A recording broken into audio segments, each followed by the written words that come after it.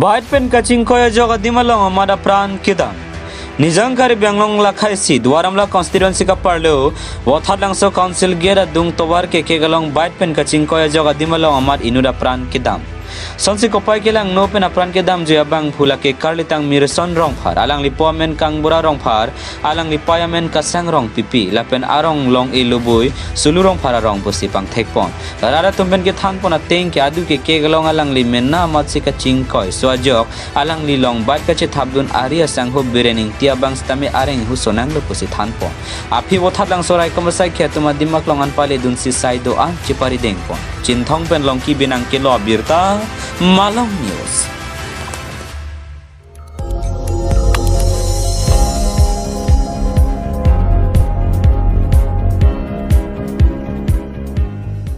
Nang litum kelang bom lagi Malong News 24/7 hampang aparman klar da kabirta.